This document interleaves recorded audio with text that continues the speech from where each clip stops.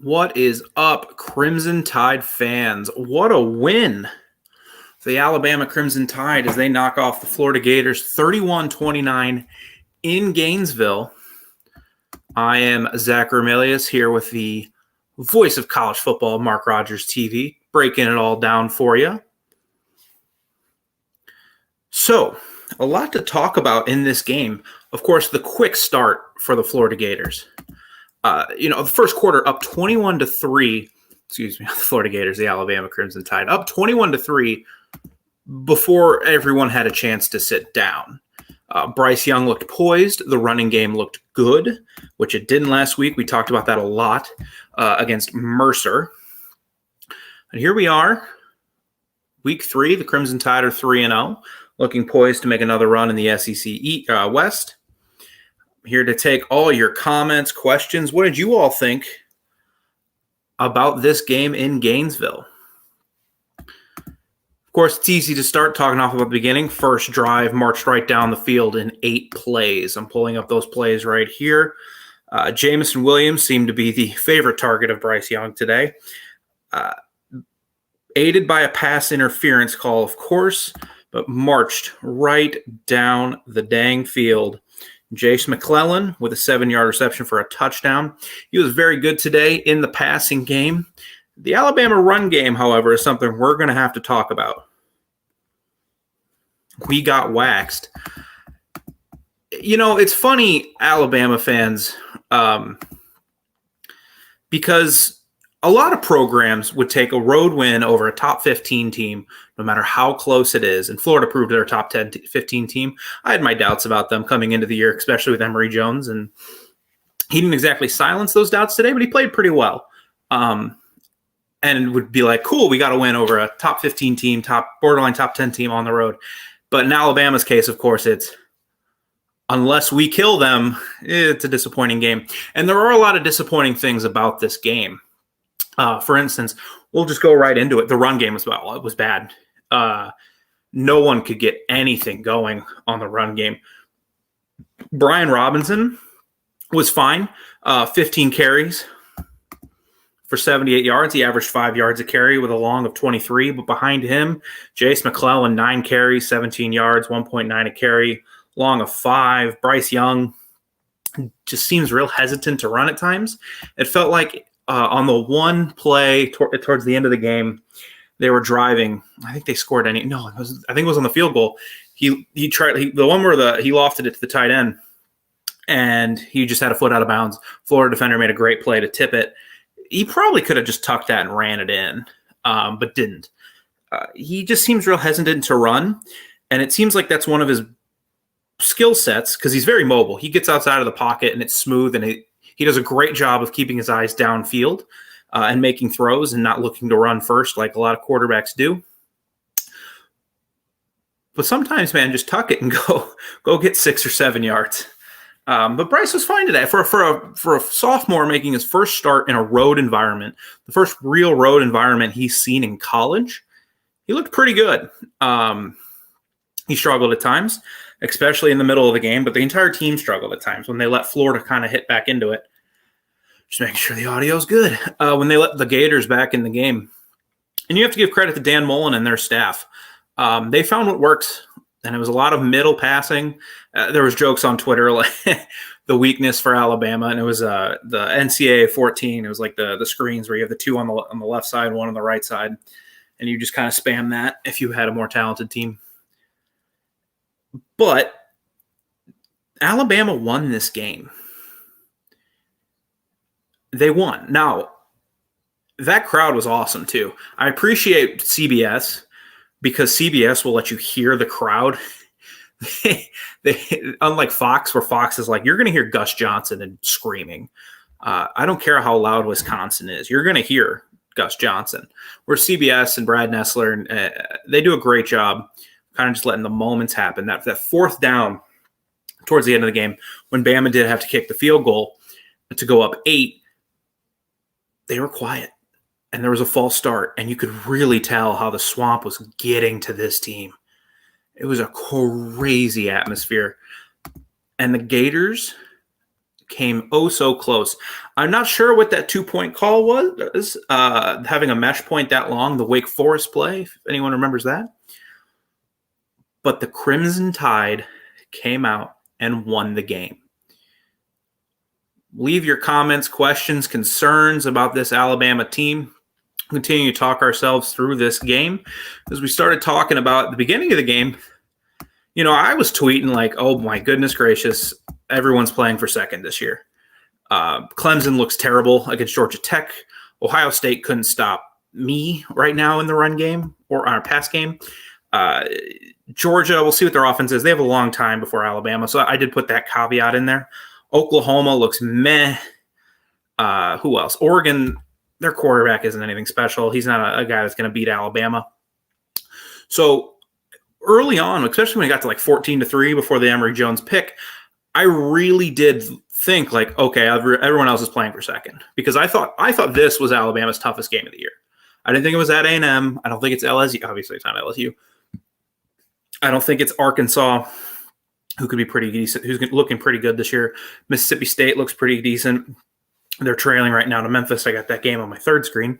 But I thought this was going to be their toughest game because Dan Mullen does a great job, better than almost anybody in the country, of finding what works and just doing it over and over and over and over until you can stop it. And Alabama never learned to stop it. Ole Miss is a tough one. That's a good question about Ole Miss. Ole Miss will be a tough one, but that one's at home. That's the only reason I didn't. I don't think that's their toughest game. You get that one in Bryant-Denny. This one was in Gainesville. So this road environment will be tougher, obviously, to play in than a home game. Although Ole Miss is going to present some problems. Matt Corral is way better passer than Emory Jones. Emory Jones, I'm saying a lot. Emory Jones had his moments today. He really did, and he looked okay in spurts, but a more talented quarterback, and they win that game. Maybe not talented, but a better quarterback wins that game. 18 for 28, 195 yards. He spiked a couple on the ground. I got nervous for Florida. Not really nervous, but when they were in the end zone and he spiked the ball in like 4 yards short of the receiver, and his receiver is only like 6 or 7 yards downfield. So I didn't understand that, but then that was a great drive by Florida. Their offensive line just went to work. Davis went to work. Give Dan Mullen and that staff credit. They as the kids say, they were in their bag today. They had a game plan to work with Emory Jones, and the running game matched. They've got talent down there in Gainesville. They're not some scrubs.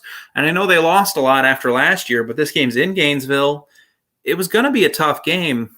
I thought it would be the reverse of what happened, where Alabama started hot and kind of faded down the stretch and did just enough to win. I thought it was going to be the opposite, where Alabama and Florida, they're really tight for two and a half quarters. And then Alabama would do what they do and pull ahead by 17. But this Alabama team can't do what they do because of their inability to run the ball in a lot of situations. That's going to show up, maybe not against Ole Miss, because I don't think their defense is still that good. I know they shut down Louisville, at least in the first half, and Louisville looked pretty good against UCF the other night. But I don't think they'll be able to do what they need to do to win that game in Bryant-Denny. LSU, you're going to push them around on the line of scrimmage. That might not come up to be an issue outside of A&M until Georgia, and you have time to work on it. That's the positive about this stuff. Is with this kind of game, that Miami wasn't a test. We've learned now that Miami is not a test. Was not a test for this Alabama team. It just wasn't. Alabama's 10 times better than that Miami team. It showed today when Miami lost by 3 touchdowns to Michigan State. And then we get to the Mercer game. And if you were here last week, we talked about the Mercer game and how there were some issues that showed in that game. The explosive running was not there.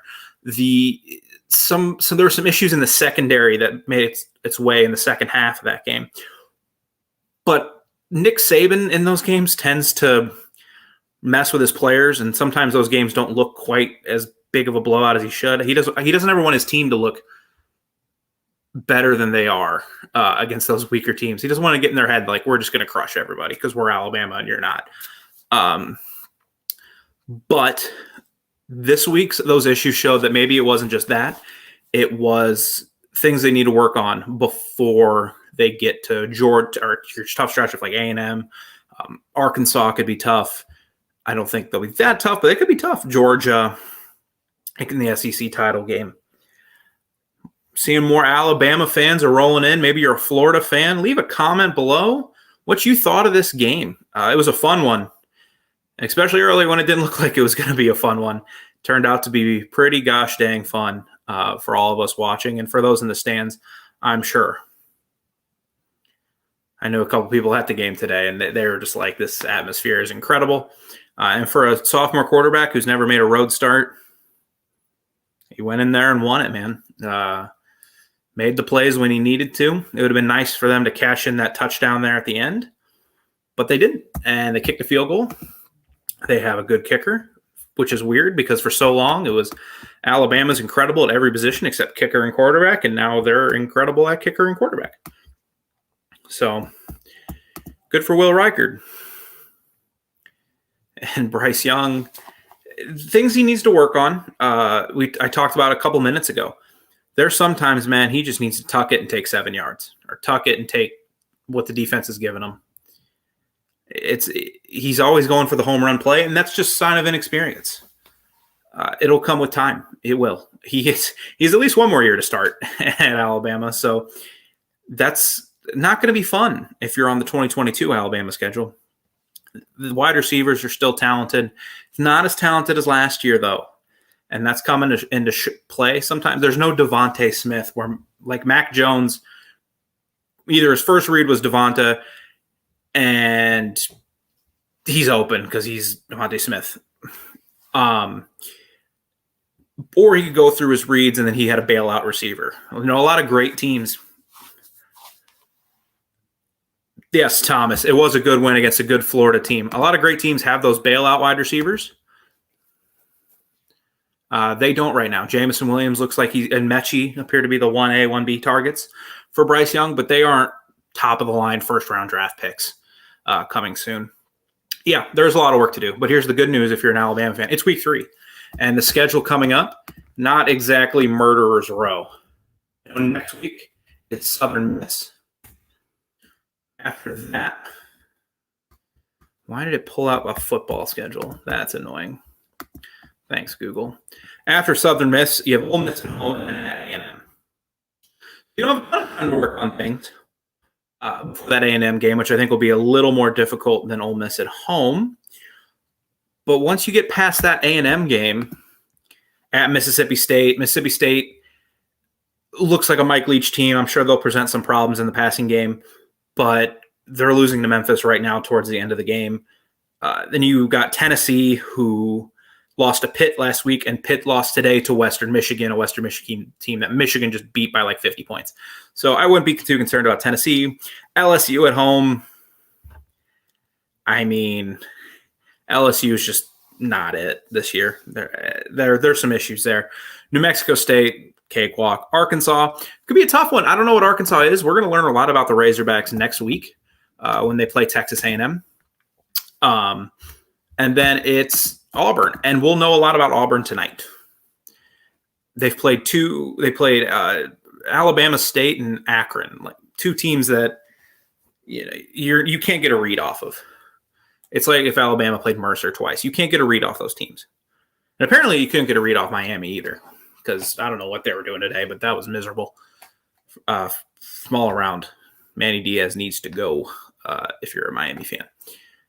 Yeah, Alabama fans, hang out here for a little while. We'll chill out for like another 40, 45 minutes here at Mark Rogers TV, the voice of college football. Alabama live postgame as the Crimson Tide go into Gainesville and win 31-29. 3-0 in the year. 14 wins in a row because they won the bowl game. However many, actually, no, hang on, how many wins? because it would have been 13 last year. They won the bowl game. So 17 wins in a row. Excuse me. I just did the regular season because enjoy it, Crimson Tide fans. We talked about it earlier. First comment of the day was we got waxed. And I just laughed because I was like, a lot of schools, you go to Ole Miss and they beat a top 10 team, a top 10-ish team on the road. Like Florida, we all thought this was going to be kind of a rebuilding year for Florida where, they're probably not going to be a bad team.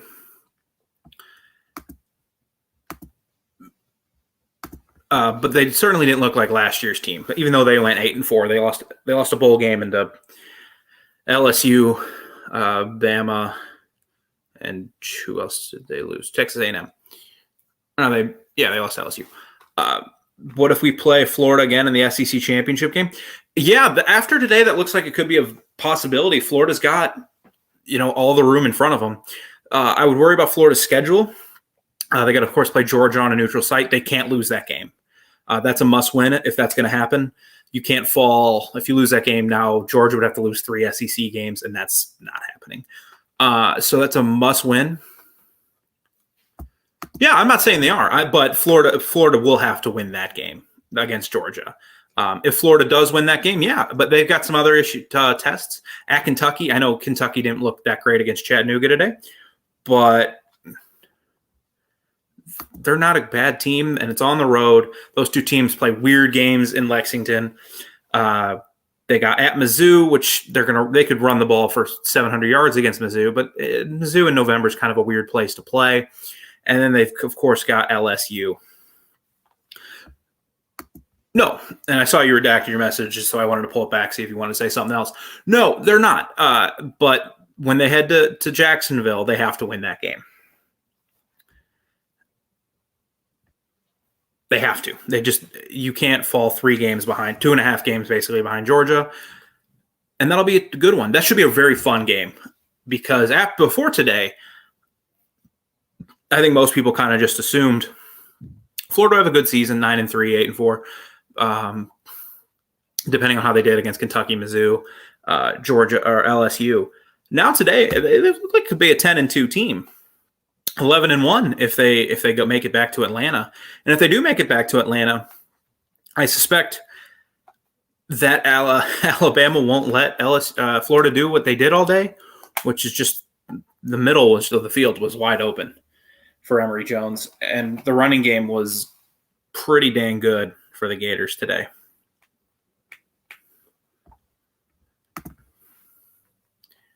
Yeah, more Alabama fans drop comments. What was your reaction to a fun one? It's been a while since Alabama had a real fun one like that on the road in a true road environment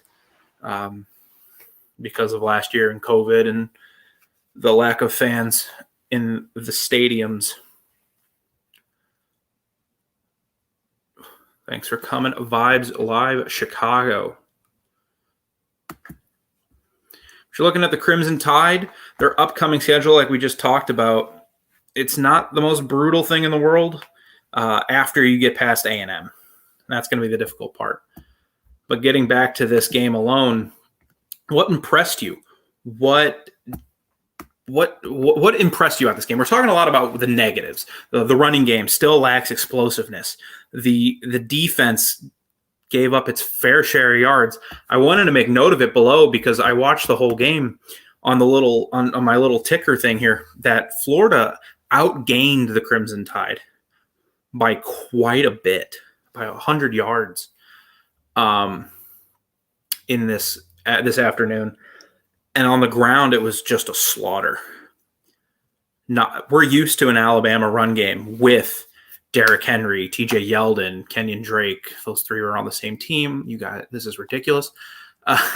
Trent Richardson, Eddie Lacy, Najee Harris, Bo Scarborough, Josh Jacobs, all these great running backs that there's been one staple for Alabama for the last, what are we on, year 13 now of this? 2008 was really the first year of this this run.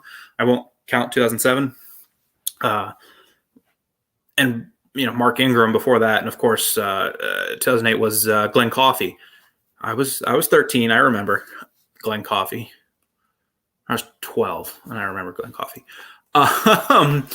But it's not there. Brian Robinson, it looked like he got nicked up a little bit during the game, but he just was not it. He had 123-yard gain, but if you look outside of that, 14 carries for 55 yards. Nothing to write home about, really. And then outside of that, they only had Jason McClellan take real carries, and he took the ball 9 times. Passing game looked pretty good. 4 catches for 41 yards and a touchdown. He looked pretty. Bill O'Brien did a really good job of getting Alabama players in space against Florida's players, and Florida could do nothing. People pointed this out on Twitter, and there are Florida fans that just do not like Todd Grantham, and I get it. He did a good job today for the most part. He got his players in places to make plays against that Crimson Tide offense, and they just weren't able to make plays because of how talented these Alabama receivers and running backs are in open space. And they got to do that more in the running game, quite frankly. In the running game, they need to get these guys in space. I don't know how you do that. The offensive line is talented, but they're not getting a push. And this isn't a problem that just goes with Florida, too, because Florida, obviously, Brent Cox played his best game, I think, ever. Gary Danielson made the point, too. Played the best game I think he's ever played in college.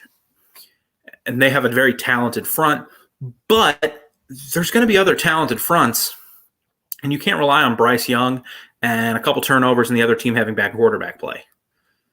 Maybe an A&M because they have the backup in there now instead of Haynes King. But as you get moved further down the road, maybe you play Florida again. Maybe you play Georgia again. Florida, I'll say this. Florida with Anthony Richardson might win that game. They almost won it with Emory Jones, and then Anthony Richardson's better. And we talked about this last week. Will Dan Mullen play the right quarterback? Now, it was reported on heavily that Anthony Richardson was hurt. And I was but I was still surprised that he didn't get any snaps. And they made a point, too, after it became 21-3, and Emory threw that awful pick. He got hit, but it's a throw you just have to make. Or not make, but it's something that just can't happen. They talked about, they panned a camera over to the sideline. Richardson's got a headset in. I don't know if he was listening to coaches, like agreeing with them or vibing to some music, getting himself focused and ready to play. And then he never came in. Emory led him down the field, touchdown, did it again, and we had a game. We had a really fun game. If you're not an Alabama fan, you can't be mad. That was a fun game of college football. The 2:30 slate was interesting just because Tulsa hung around with Ohio State for a little while, but other than that, you have Clemson, Georgia Tech playing a football game, I guess. Like it's ugly. It's a game, but it's ugly. And they got into a lightning delay. So this was really the only game on, and the fact that it was a good one makes me pretty happy, just as a college football fan. Crimson Tide win 31-29 in Gainesville. Leave your comments, reactions to this game, a big one in the SEC today. What did you like? What did you not like? Do you see any issues with the Crimson Tide? What do you think of their upcoming schedule? What do you think of Bryce Young? What is your reaction to his game today? 22 of 35, 240 yards, and 3 touchdowns. You didn't see the big plays with Bryce today as much as you do other days. Miami just felt like, hit the 97-yarder, Jameson Williams. Long today in the pass game of 29. So nothing crazy. And part of that is, like we've talked about, Miami might just be not a very good team. So maybe we got a little overexcited about that game. Stetson Bennett just threw a ghastly interception to South Carolina. They need JT Daniels in the worst way. If Stetson Bennett starts that Florida game, Florida could win that game with real no issues. After what I saw today, especially offensively when Dan Mullen was just on his game. He was in his bag calling plays. And the Crimson Tide still came out with a win. So how mad can you really be, Alabama fans?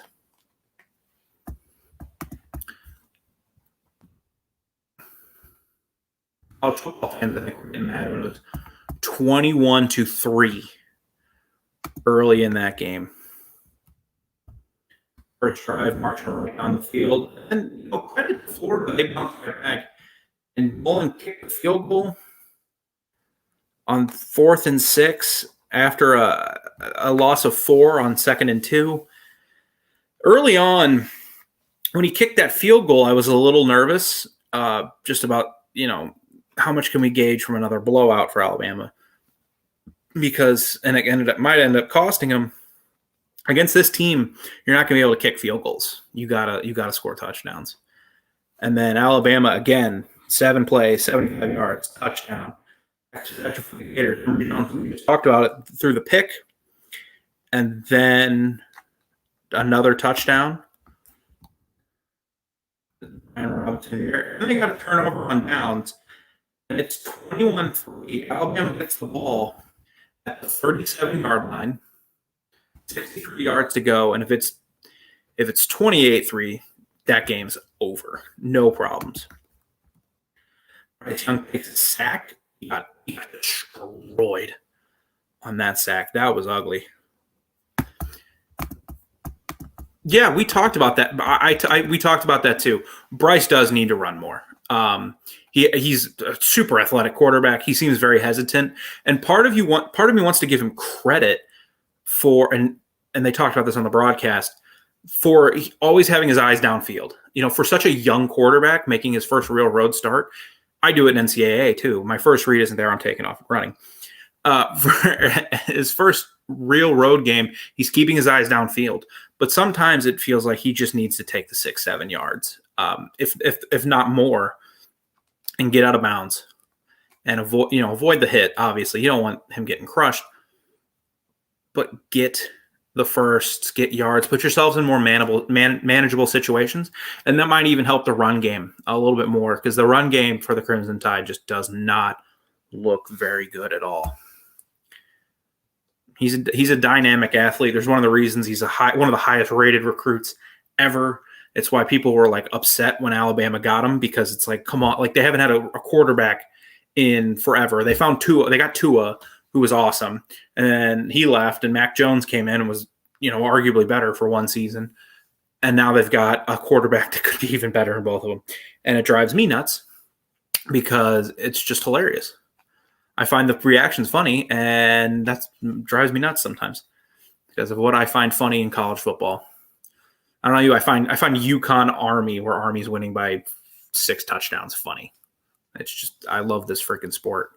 And I'm very happy that we had a great game between two teams that don't get to play each other much. Since this is only the 13th time Alabama's ever been in Gainesville. It's the first time since 2011, I'm pretty sure. 2011, yeah, they were in Gainesville, because 2010 was in Tuscaloosa. And, 2014 they played in Tuscaloosa, and then they played in the SEC title games in 15-16, and those weren't going to ever be competitive games. They just weren't. Jim McElwain, he did his thing, but those games were just not ever going to be competitive. And then they played last year in the SEC title game. Of course, they have the great battles in 2008, 2009. Well, 2008 was a great battle. 2009 was a blowout. Just across the board. Remember that game vividly. So they just don't play much, and when they get to play in Gainesville, it's a lot of fun, because that crowd, that's an underrated crowd. People talk about Athens. You're going to see another great crowd in Happy Valley tonight. For Auburn, LSU is a great place to play. The Swamp, man, it's got that name for a reason. Alligator Army, the SB Nation page for Florida. Sorry, I wanted to put on the Auburn game. for Florida talked about how on that false start late in the game when Alabama kicked to go up 8, he's like, the swamp just swallowed 4 points. And it's very possible. That drive, too, goes more to show what Alabama needs to work on, because that run game, maybe if you have a quarterback who's a little more likely to run, you can run some more read option. He can get to the outside. They got to the 2-yard line, first and goal, rush for 1, no gain. Or rush for 1, incomplete pass. No, that was the play to the tight end. No gain, false start. That can't happen. That can't happen. And that needs to be worked on if Alabama wants to win another national title. But here's the other thing, Alabama fans, and we talked about this early. What other team has looked impressive? I know I don't know how many of you just pay attention to the wide world of college football, but nobody looks good. Georgia, we talked about in Vibes Live. Chicago pointed out too, they're not a lock for the SEC title game. Their defense looks incredible. But I'm watching Clemson right now struggle to put up points on Georgia Tech. So how good really is the Georgia defense? If Stetson Bennett has to play for any length of time, we saw how that went last year, and they've lost a lot of wide receivers due to injury. So, yes, Georgia doesn't look perfect. We saw Florida give Alabama its best shot and lose. Maybe that shot changes if by December they're in it and Anthony Richardson is the quarterback. But only time will tell on that one. But it should be a pretty fun season in the SEC for the Crimson Tide. A lot of fun marquee games. That one against Ole Miss, people are looking forward to that one. I know a lot of people pick that up as, this is going to be Lane Kiffin's real chance to knock off a former Saban assistant. I don't think so. Not in Bryant Denny. At A&M, that's another shot. If they can't pass the ball, the quarterback for A&M right now, Canizaro, is that his name? I watched him for a little bit. I had them last week on TV too, which I keep the sound off for the most part. It has like a little background. Because I got a laptop TV too. It's like 32-inch and then a 50-inch normal TV. He's not as good as Emory Jones. And Haynes King probably isn't as good as Emory Jones is right now anyway either. So yeah, there was a lot of issues with today's Crimson Tide game, but there are also issues that can be worked on. And maybe it's Bill O'Brien's a new offensive coordinator. They need to just work on it and get things patted down. Or maybe it's a talent issue, which I'm kidding because it's never a talent issue at Alabama. At least it should never be a talent issue at Alabama. Yeah, leave your comments below, your reactions to this 31-29 game here at the Voice of College Football. My name's Zach Ramilius. You can follow me on Twitter at PsychoZ50 for a bunch of inane college football takes.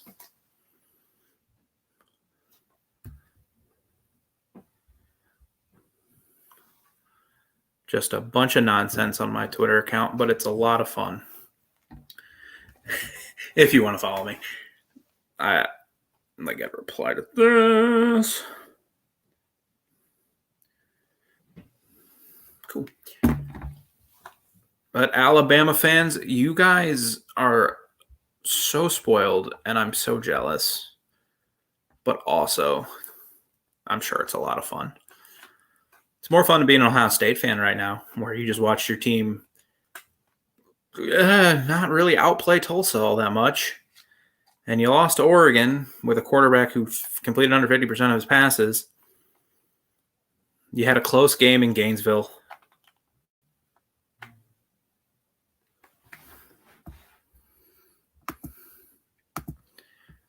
Yeah, exactly. Like I said, Florida gave you their best shot today. Now, a lot of teams are going to see Alabama on the schedule and give them their best shot.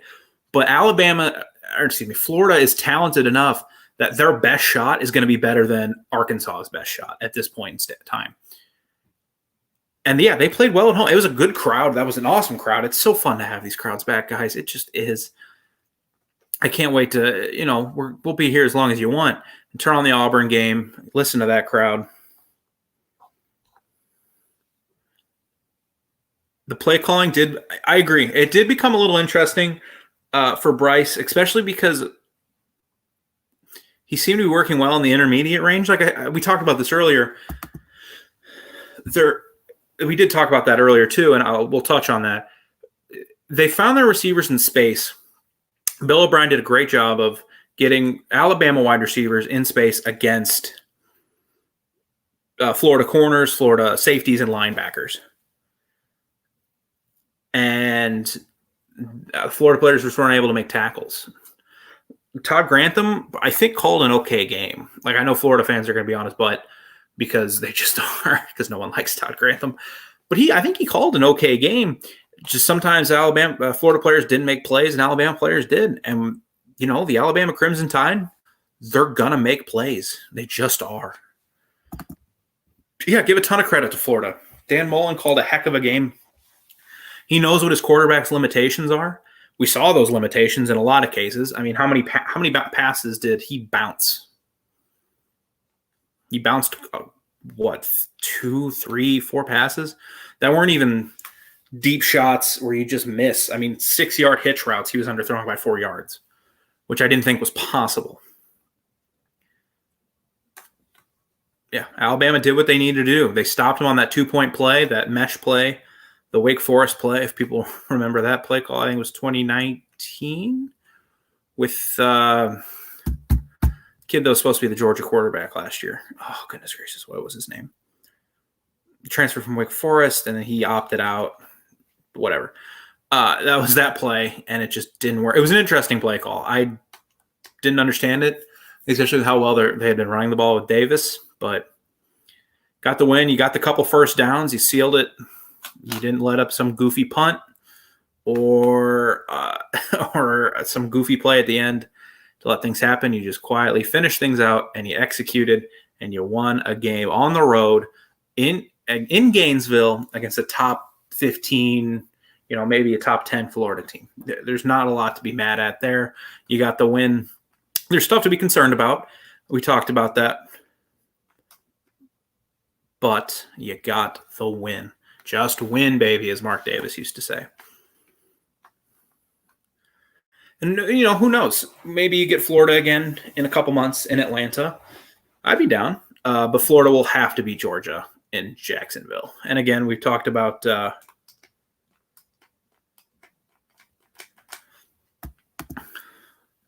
I don't know how that'll go. Anthony Richardson might have been a game changer, but honestly, the way Jones ran and completing some key passes, I don't know how much more they would have been. The thing with Anthony Richardson is he's more explosive. That could have been a concern, especially in some of those plays down the middle, where a 15-yard gain, you can run deeper routes. There's more route trees. But, yeah, he's just a freshman, and he's a better runner than Emory Jones is. He's not a smarter runner. Emory's a smart runner, but he's a better runner. They talked about his injury. I think if these two teams were to rematch in Atlanta in a couple months, I think Richardson might be the quarterback in that game. I mean, they talked about it. Like I said earlier, they talked about it. Emory threw that awful pick, and Alabama scored like that, and all of a sudden it's 21-3. And then they cut to the sideline. Anthony Richardson has headset on. I don't know if he's listening to a coach just like nodding, or he's just listening to music, get himself focused, and he's in the zone. Emory leads him down the field for a touchdown. So, he played well today. For his limitations, Emory Jones played well today. He's not a world beater quarterback. He's just not. But Dan Mullen had a game plan and executed it very well. I will agree. The run defense in the middle of the game and after like the first quarter and a half did look suspect at times. Now, it wasn't like they were just giving up chunk plays all over the place. But whatever Dan Mullen was calling, it was working. Pull up box score again real quick. I mean, Malik Davis was averaging 8.6 yards a carry, long of 26 yards. Naquan Wright, 7 carries, 58 yards. Long of 30, yeah. But it wasn't long chunk plays of here's 20 yards, here's 20 yards, here's 20 yards, like you saw with some teams. But, yeah, they were picking up 8, 9 yards a carry at times, or at least getting 5. And against Alabama or any top-level defense, that's what you got to do.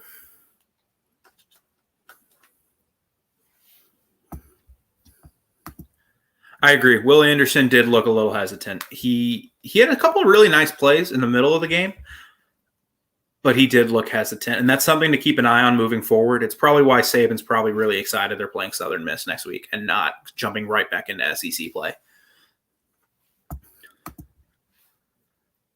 That was a problem. The interior D line of Alabama did not play well today. They just didn't.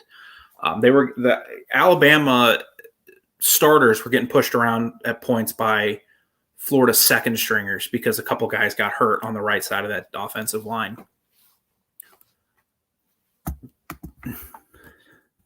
They're writing them down. And, of course, they don't have defensive stats. Ridiculous. I think they had a couple.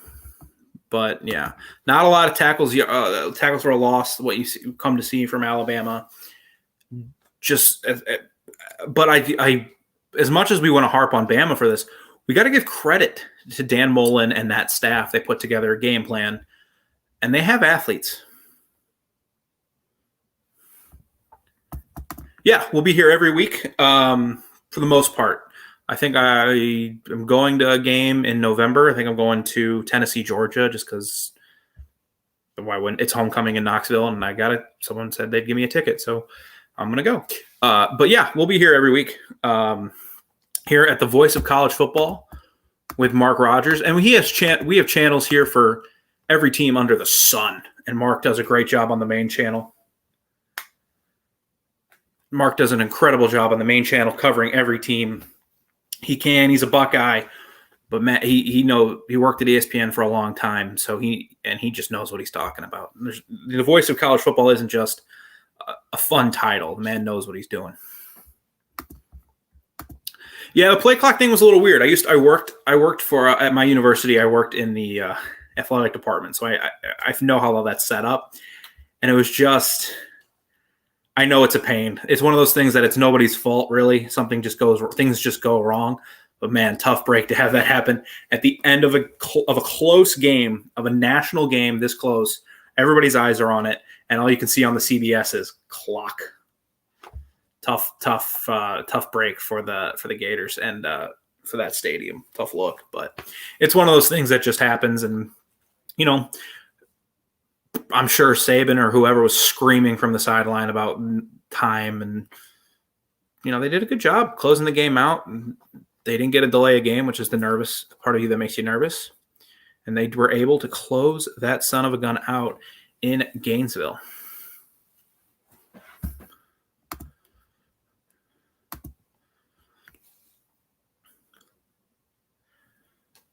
Bryce had a lot of composure today. I think that's the main thing we're going to talk about coming out of the game is he didn't make any stupid plays.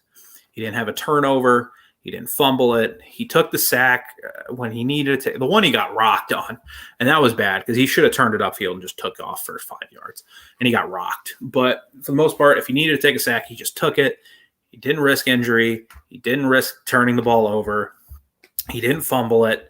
He didn't Daniel Jones it. He was very poised, and I can't say this enough, for a sophomore quarterback with a bunch of unknowns at wide receiver. Like we think Mechie's very good, and he is, but it's not like last year where you had Devontae Smith and you had Jalen Waddle for a few games, and then you had Mechie and you have Najee Harris.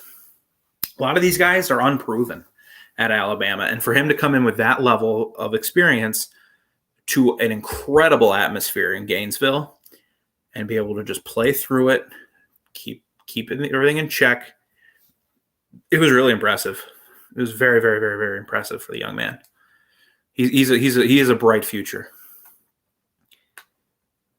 If he can handle the Gainesville, better be handle College Station in a couple weeks. A game I'm looking forward to now. Very much looking forward to that one, because I think that'll be the next test for the Alabama run game that has been underwhelming this year, suffice to say.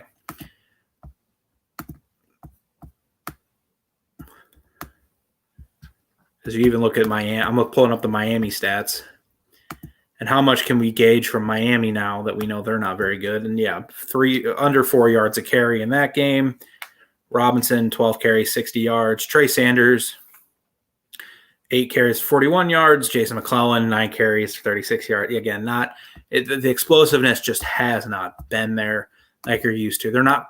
Alabama's not breaking off like a 30-yard gain randomly in the third quarter.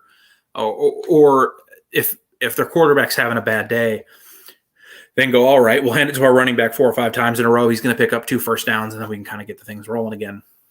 That's just not how Alabama's been rolling this year. So that's a concern.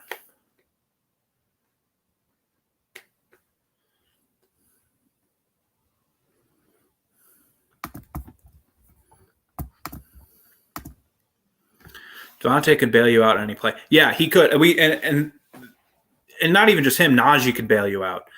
Mitch, he could bail you out as like the third option. That kind of level isn't there yet. The proof. Let me think what I'm trying to say here. The experience isn't there, and the ability.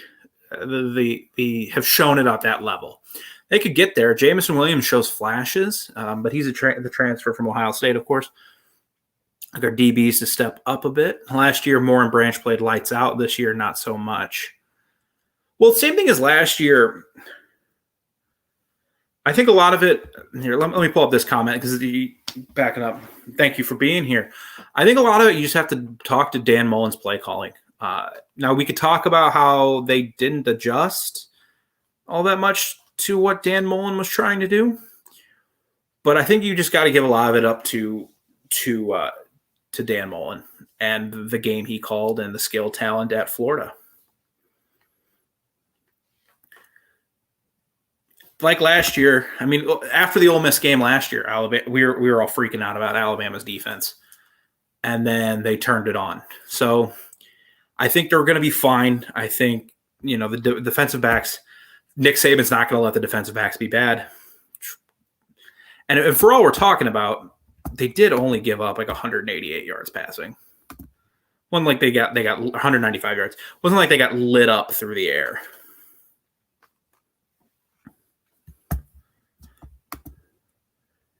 Yeah, Najee broke a lot of runs that were going nowhere, that's just not there right now. And that's something that's talent. That's not, a schematic thing. That's not something Bill O'Brien can just go, all right, do this. That's just something that's going to hopefully show up in time, or you do have to scheme ways to break runs of 10, 15 yards. Because Alabama, what you can look at today is they passed their first road test. And in the SEC, you're going to have a bunch of road tests. And they passed the first one and probably the hardest one. And that's something you can look and go, okay, fine. Sure, did it come at the end of the game? Did we have to make a stop? Yeah. But every great team has to have plays like that. The 2009 team had to block 2 field goals, for gosh sakes. So things happen. And when you're playing teams with a lot of talent who are just going to step up on and be like, okay, we're playing Alabama today. We're going to have an insane crowd. Let's do this. I guarantee you same thing's going to happen at Auburn this year. Auburn's going to be up for that game. However good or bad they may be, we don't know how good or bad they are right now. They're playing okay against Penn State. It's the first quarter. They look okay against Penn State. But that game's on the road. Auburn's a tough place to play. Joe Burrow said it was tougher to play at Auburn than it was tough at Penn State, and that team will be up for it. So you pass your first test, you have another couple to go.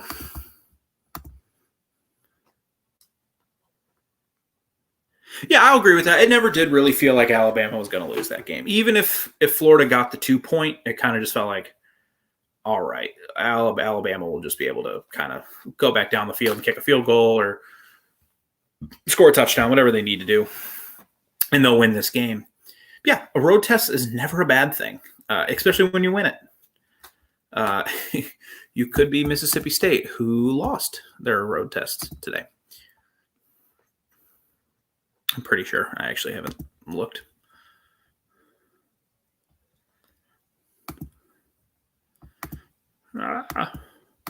Laptop's being wonky.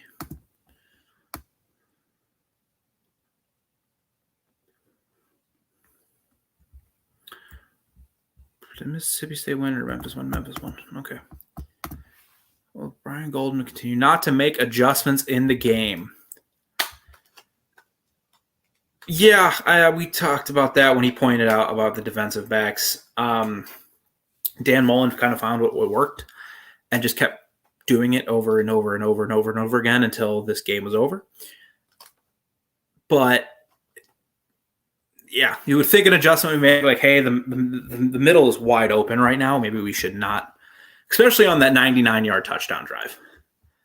That was the one where I was like, okay, what is Eli doing here? Where's an adjustment? Like, you can't let an Emory Jones level quarterback drive 99 yards on you, especially when the game's still not in doubt. As far as Bill O'Brien, adjustments are hard to make when there's no run game. There just isn't a run game right now for Alabama, an explosive run game, something that can be relied on consistently. Brian Robinson is not that guy right now. And no one else. Shea McClellan's not exactly stepping up to the plate. Not Shea McClellan, Jason McClellan. Shea McClellan's a former Chicago Bear. No one else is really stepping up to the plate. So when you have something that just isn't working, I mean, how many adjustments can you really make? And we'll see what happens moving forward. Yeah, you don't see 99 drives, especially against, Alabama, all that much. Penn State, 1st and goal, touchdown. Yeah, you'd never see that against the Crimson Tide. That was an impressive drive to watch. If you were watching Florida's offensive line, they were just moving people. And that goes to talk about the defensive line for Alabama, too. The interior O-line just didn't play well. Or D-line did not play well.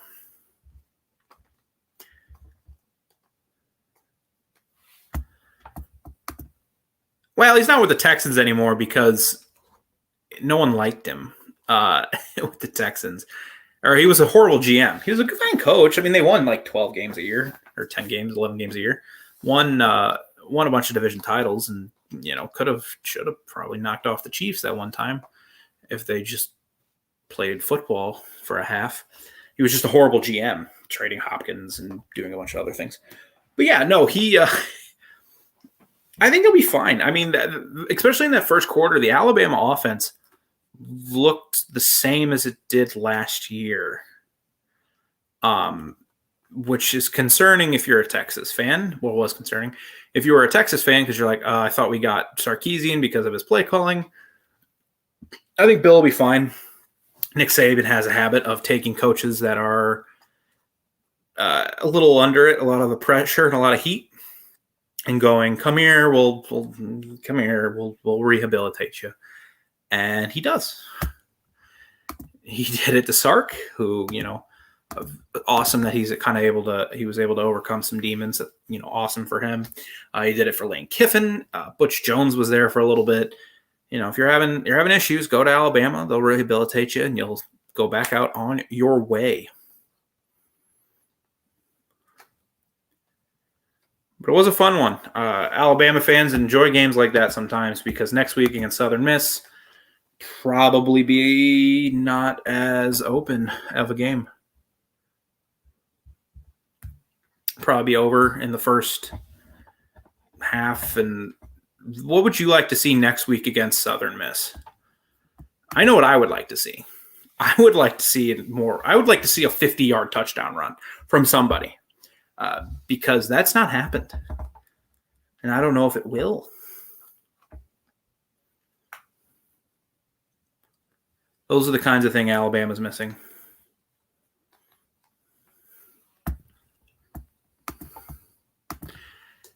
Yeah, I think he'll be fine. There's enough talent that I think most offensive – if you have an idea of what you want to do offensively, you'll be fine.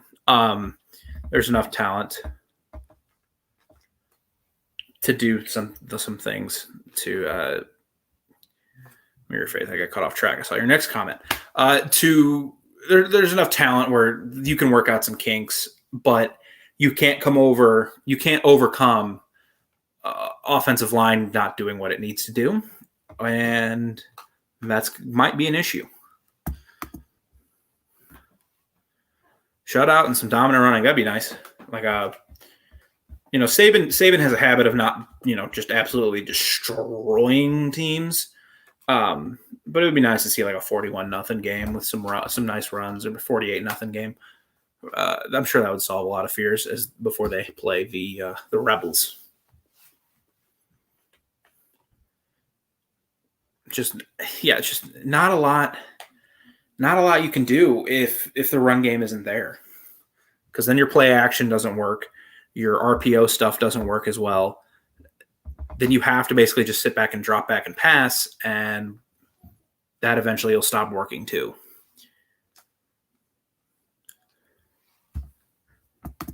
So we'll see what Bill O'Brien does. I think he'll be. I don't think the hire is a problem, but we'll just have to continue to see, because no offensive coordinator is going to be any good if the run game is going to hamstring them that much.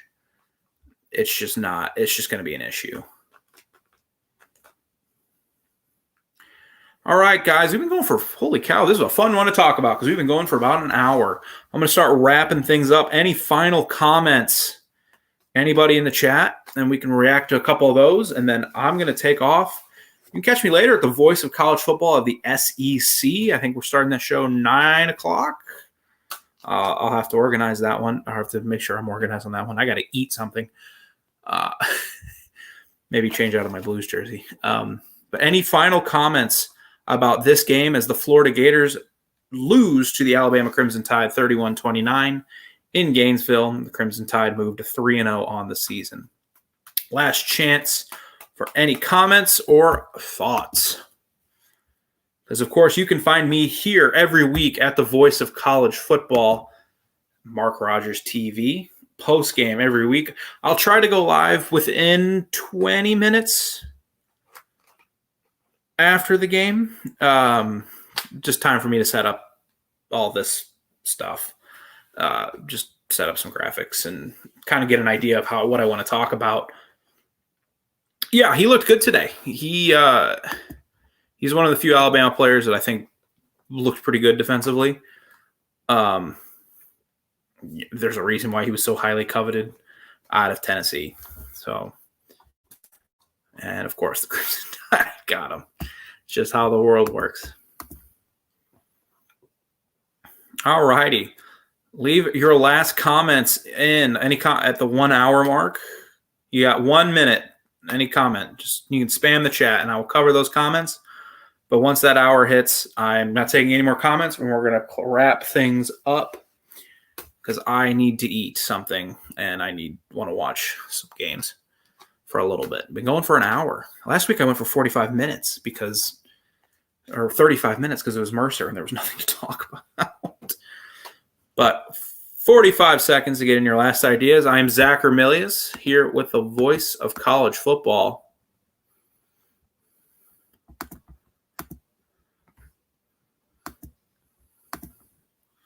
You can find me on Twitter at PsychoZ50. And any random thoughts I have, you'll see me tweet a lot on Saturdays, maybe a little bit on Sundays. I don't care for the NFL as much as I do college football, just more of my fantasy team. Because fantasy's fun. All righty, 15 seconds. See if you guys put anything in, or else I'm going to wrap this baby up. Take a breath.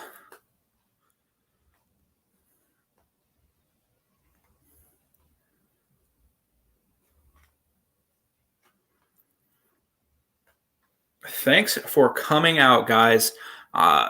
This is a lot more fun than last week. So, yeah, you catch me here every week at the Voice of College Football, Alabama. I'll be wearing something else. I won't be wearing a Blues jersey every time. It's just I need to do laundry. And I don't just want to wear a T-shirt on camera. That seems a little weird to me. Voice Alabama live post-game at the Voice of College Football. You find me here every week. I would let you guys know if I wasn't going to be here, or you can check my Twitter account. And I would say something if I'm not going to be here. Alabama wins 31-29 against the Florida Gators in Gainesville as they move to 3-0 on the season. You guys enjoy the rest of your night. I'm sure all of you will leave and watch the Auburn game and see, hopefully they lose. Guys have a great night, and I will see you next week.